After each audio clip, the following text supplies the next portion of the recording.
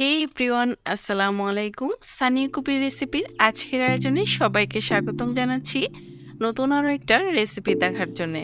আর আজকের পর্বে আমি আপনাদের তৈরি করে দেখাবো চিংড়ি মাছ দিয়ে ঝিঙে আলুর তরকারি ঝোল।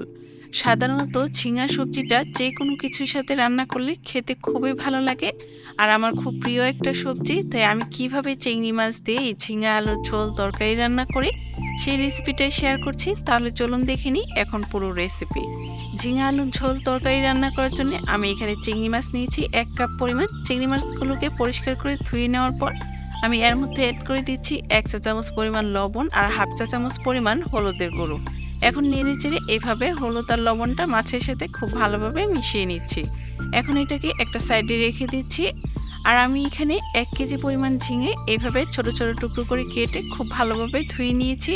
আর নিয়েছি বড় সাইজের একটা আলু, এরকম ঝিঙার মতো পাতলা করে এভাবে স্লাইস করে কেটে নিয়েছি। এখন চলে যাচ্ছি তরকারিটা রান্না করতে। চুলায় একটি প্যান বসিয়ে দিয়ে 1/3 কাপ পরিমাণ দিয়ে দিচ্ছি রেগুলার খাবার তেল। তেলটা গরম হয়ে আসার পর দিয়ে দিচ্ছি আগে থেকে যে চিংড়ি মাছটা মশলা মেখে রেখেছিলাম সেইটা দিয়ে 3 থেকে 4 মিনিটের মতো এইভাবে নেড়ে চেড়ে আমি চিংড়ি মাছটা তেলের মধ্যে ভেজে নিব। এর থেকে বেশি সময় ভাজতে যাবেন না, এতে চিংড়ি মাছগুলো শক্ত হয়ে যাবে, তখন খেতে ভালো লাগবে না। যখনই এরকম লালচে কালার চলে আসবে এই পর্যায়ে আমি এর মধ্যে বাটা মশলা অ্যাড করে দিচ্ছি।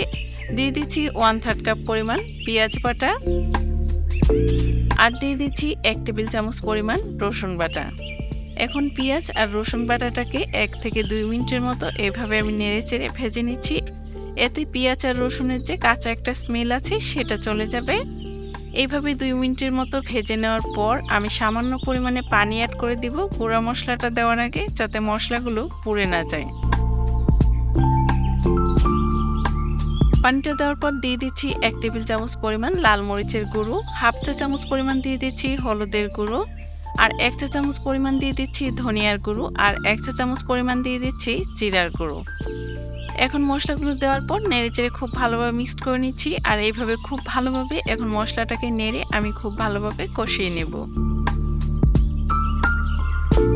এখন দিয়ে দিচ্ছি স্বাদ মতো লবণ, দিয়ে আবারও নেড়ে মিক্সড করে দিব। আর এইভাবে 4 থেকে 5 মিনিটের মতো মশলাটাকে কষিয়ে নিব, যতক্ষণ না মশলার উপরে তেলটা ভেসে উঠছে। এইভাবে মশলাটা যত বেশি কষাবেন ততই কিন্তু তরকারিটা খেতে টেস্টি হবে। এখন আমি আগে থেকে যে আলুটা কেটে ধুয়ে রেখেছিলাম সেটা দিয়ে দিচ্ছি। আলুটা সিদ্ধ হতে একটু সময় বেশি লাগে, তাই আমি আলুটা আগে দিয়ে দিচ্ছি। দিয়ে এভাবে মশলার সাথে নেড়ে চেড়ে 2 মিনিটের মতো কষিয়ে নেওয়ার পর আমি খুবই সামান্য পরিমাণ পানি এখানে অ্যাড করে দিচ্ছি। দিয়ে দিচ্ছি হাফ কাপ পরিমাণ পানি, দিয়ে এখন একটু নেড়ে দিচ্ছি আর একটা ঢাকনা দিয়ে ঢেকে অপেক্ষা করছি 5 মিনিটের মতো।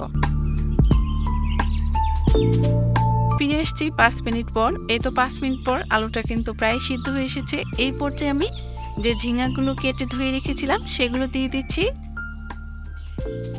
দিয়ে মশলার সাথে নেড়ে চেড়ে খুব ভালোভাবে মিক্সড করে নিব।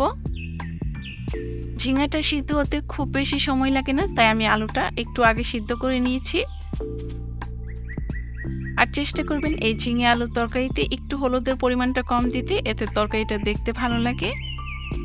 সবকিছু নেড়েচেড়ে খুব ভালোভাবে মিক্সড করে নেওয়ার পর একটা ঢাকনা দিয়ে ঢেকে 3 থেকে 4 মিনিটের মতো আমি কাঁচা সবজিগুলোকে কষিয়ে নিয়েছি। এতে সবজির যে কাঁচা একটা স্মেল আছে সেটা চলে যাবে। এখন ঢাকনাটা খুলে নেড়েচেড়ে সবকিছু খুব ভালোভাবে মিক্সড করে নেওয়ার পর দিয়ে দিচ্ছি 5-6টার মতো কাঁচামরিচ। কাঁচামরিচগুলো মাঝখান থেকে ফেলে দিয়েছি, এতে ফ্লেভারটাও খুব ভালোভাবে বের হয়ে আসবে আর ঝালটাও বের হয়ে আসবে। কাঁচামরিচ দিয়ে নেড়েচেড়ে মিক্সড করে দেওয়ার পর আমি 1 কাপ পরিমাণ পানি দিয়ে দিয়েছি। এর থেকে বেশি পানি দেওয়ার প্রয়োজন নেই, কারণ ঝিঙা সিদ্ধ হতে কিন্তু বেশি সময় লাগে না। এখন ঢাকনা দিয়ে ঢেকে অপেক্ষা করব 4 থেকে 5 মিনিটের মতো। জালটা একদম হাই হিটে রেখে 4-5 মিনিট এভাবে ঝিঙা আলুর তরকারিটা রান্না করে নিয়েছি। এই তো আলুগুলো খুব ভালোভাবে সিদ্ধ হয়ে গিয়েছে আর ঝিঙাগুলো সিদ্ধ হয়ে গিয়েছে। এখন আমি তরকারিটা চুলা থেকে নামানোর আগে দিয়ে দিচ্ছি 1 চা চামচ পরিমাণ ভাজা জিরার গুঁড়ো। ভাজা জিরার গুঁড়োটা দিলে তরকারি থেকে খুব সুন্দর একটা স্মেল আসে আর খেতেও ভালো লাগে। এখন নেড়েচেড়ে মিক্সড করে দেওয়ার পর 4 থেকে 5 মিনিট এভাবে জালটা একদম কমিয়ে তরকারিটা দমে রেখেছিলাম।